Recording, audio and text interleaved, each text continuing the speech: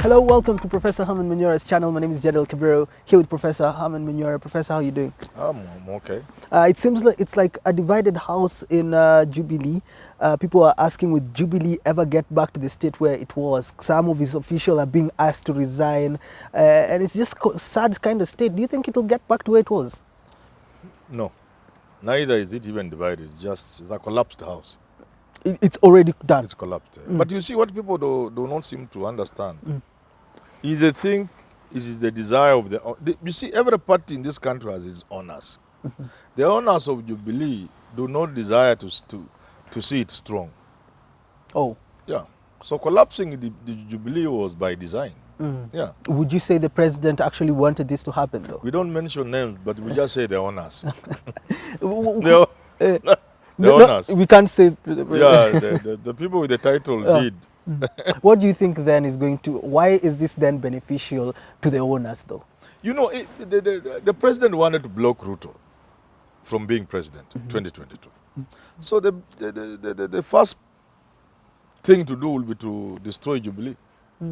Because the mobilizer that Ruto is, if you don't do that, he will take the party, he is a mobilizer, you will have elections done, all the officials will be his, in the manner in which it is said that he manipulated nominations in the last general election to make sure people who are popular around the mountain and those who are likely to be Huru's people were kicked out during nominations, people like Nagafogo, so that he put in his people. It has been said.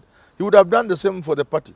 He would have actually, in a sense, he would have easily owned the Jubilee Party and used it as a powerful machine to move into 2022. So you destroy it. Wouldn't we say that it hasn't affected him in any way, though, because now he has his own party, it's quite popular as Jubilee was, and right now he's heading to the presidency? It is not easy.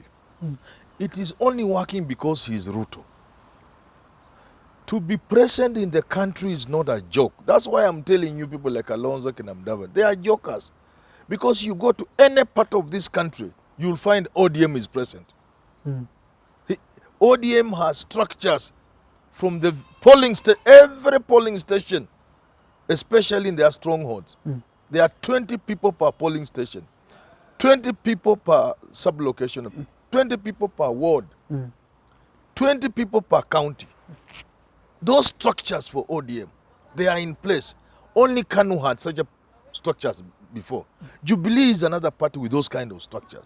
So to come up with a new party like UDA, to establish, that is not easy. It's only working because it is Ruto. Anybody else will find it very difficult. So would you say this was a miscalculated move, or it's just unfortunate for the owners? He was, Ruto is a sharp man, but he was not sharper than Uhuru. If he was as sharp as Uhuru, the game would have started when they started Jubilee. He was too trusting. If you look at the party constitution, I don't know whether he looked at it. If you looked at the interim officials, Uhuru put there Tuju. He put there Murade. Ruto only put there Kostani, who will be rendered irrelevant. So, from the start, Uhuru outmaneuvered and outplayed and outsmarted Ruto. So he's playing catch-up in terms of party politics. Would you say anyone is losing from this division or collapse of Jubilee? Losing? Losing in itself. Of course, is a gamble even on the part of the president to collapse such a major party. But this is how parties have worked in this country. You come up with a party, win elections, then it dies. From NAC, PNU, and all those kind of things. TNA, and they all die at the end of it, then something else starts. But at the end of the day, the biggest loser would be Ruto. Yeah.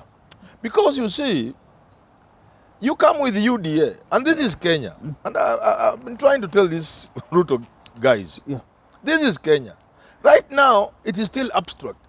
Tanga, UDA, Ruto, it is abstract.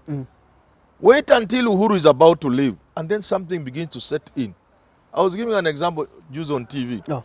Like when Moi was now leaving State House after handing power to Kibaki on the 30th of December 2007. You get it? Wakati anapanda helikopter ya jeshi mpeleke Kabarak, Sally Kosgei alilia machozi. Wait until people begin to see that Uhuru is leaving. something else will begin to set in. You get what I'm saying? It is at that time that UDA will begin to be identified as a Kalenjin Party. Wait and see. I'm telling you. So for that to that extent, Jubilee would have been a very good party for Ruto if it had not been destroyed. Oh, because it has already formed. Yeah, it had formed the name. It is a Central Kenya party. You get it? Yeah. He doesn't need a party at home because the people at home will just and this other small place where he's getting a few votes. But for the mountain, he needed a mountain party. So destroying Jubilee was a very powerful and strategic move from Uhuru Kenyatta. What would you say would make UDA now seem like Mount Kenya and still a Kalenjin party to bring the votes to Ruto? It is difficult. He will just have to try. But I'm telling you, right now people are thinking, some people are acting, supporting UDA and Ruto by being reasonable. They are saying, shall we be betraying others all the time? We betrayed Jaramogi, we betrayed Raila, we betrayed Kalonzo, we betrayed Mudavadi. How shall we live in this? That is reasoning, at the level of reasoning. You get it? Yeah. And even just common sense. And then to others, it's just abstract. They're not even giving it much thought or much attention. But as we move into 2022, it will shift from here to here. Oh. The tribe, I'm writing an article, it should come out in the paper soon. It is from here, it gets here. Oh. Ruto exists here and common sense. Oh. When you get to the heart, the primordial instincts will set in. The tribe will take precedence. You get what I'm saying? Yeah. It will be very difficult to sell a Kalenjin UDA party in Mount Kenya when the chips fall down, when the dust is settled. And I was telling my friends, there will be orphans. These Mount Kenya MPs, especially from Kikuyu land, who will be running on UDA, they are orphans. I'm telling you. Because once UDA is set to look like a Kalenjin yes, party, it will. And they can't go back to Jubilee. Yes, and you know why? With the heat of the politics, you know, from Kiamba, you could see people are happy, they're excited, and they say a few things. Then they add a few things. Then you say what Kalonzo said in Uhuru Park about Kikuyus. They are going to make all these blunders. As you know, the heat as we move towards 2022 election. These guys from Tangatanga are going to make blunders by saying certain things that will rub the Kikuyus the wrong way. Wataanza kuona wanachokoza mtoto yetu. When that thing reaches, UDA becomes a Kalenjin party. The people were saying that Jubilee Party has transitioned into UDA. Would you say UDA carries the Jubilee name per se? No. You see, again, we are a tribal society. Sad but true. If you look at the people who are carrying the UDA flag in Mount Kenya, in the Gema community, they are people who not of much substance. They are not very influential politicians. They are junior politicians. These are people who are unlikely to speak for the community when the hour of reckoning comes. You get it? So you cannot say the mountain is represented in UDA. No. Because for the mountain to be represented in UDA, you'll need significant voices from the mountain to be part of that UDA. To the extent that the people from the mountain who seem to be carrying the flag of UDA around the mountain are junior politicians.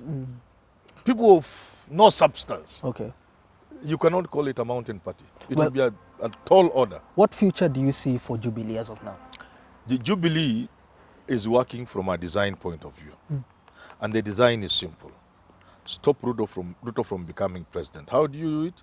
Destroy Jubilee. So you deny him that critical vehicle so that he comes to the mountain with a strange party. He comes to the mountain with small people. Junior, I call them boys sometimes, which is very bad. Some junior people. Yeah. People who are not influential. You get it? Yeah. Get all the influential people in Kenya and put them in the handshake. Get the Mudavadis to work in Okoa, Kenya, and whatever it is called. But Gideon will be the first to leave. Then the rest will be talked into leaving. Then they will support Raila. Then the Jubilee Party will come up with an arrangement with Raila and other like-minded people. They'll say, these 5 parties of ours are now going to work together. Because if you pair Jubilee with ODM only, it doesn't work. But if Jubilee is sitting down and saying, we are working with ANC, Ford Kenya, Wiper, Kanu. You have sanitized ODM already. Okay. So Jubilee now is in arrangement with other parties, not just Raila Party. So it becomes more palatable to the man. If I was advising them, I will advise them to move as one big team, so that the ODM influence is less. Okay. Yeah. I would think as of now, when NASA came, people thought this NASA is going to take Uhuru down for real. Yes. Now you're saying another coalition.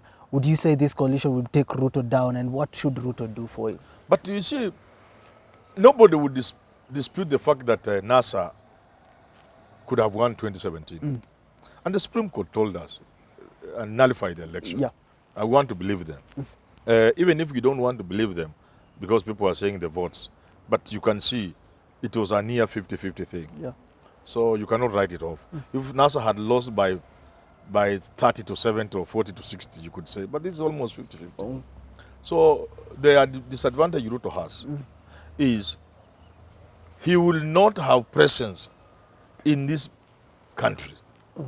The presence in cost must be viewed in terms of where is Joho, where is Kingi, where is Mvuri and the rest of those people.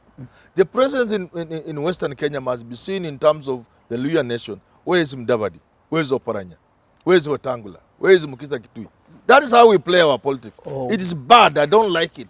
Because it denies somebody like me an opportunity to help this country by being a member of parliament or something. Yeah. Because we see these things in terms of big people, in terms of established figures, which is really bad for the country. But it's the way it is. But that's the way it is. So then Ruto's entry into any of these regions will meet those challenges. And let me tell you this. People don't understand when I say it is difficult. If you are working with Mudavadi in Western Kenya, he will work for you because he doesn't need to defend his seat. No. Even if he was standing in Vihiga, who could beat him? So if Moses Wetangula is with you and is standing for Senate, he's not even campaigning for the Senate seat. So he's completely within NASA and working for NASA. So all these big people will be working for the handshake, 2022. How about Uhuru? All these junior politicians will be fighting for their life. You get what I'm saying? Yeah. So you land into Western. You are a Ruto. No. You find Didmas Baraza is gasping for breath in Sirisia. You find Halwale is trying to be governor. He's finding so hard. He has no time even to think about Ruto. Yeah. So all the small people who are supporting you, they will not be of use to you. Because they will be fighting for their own survival. So for now, Ruto needs the big names. You need big names. Okay. It's unfortunate because it is denying people like us a chance to move. Okay. Are you getting it? Yeah, I'm getting it. Correct. But we have to wind this up until we have this conversation again. My name is Jadiel Kabiro, here with Professor Herman Manyora, the future for Jubilee and UDA.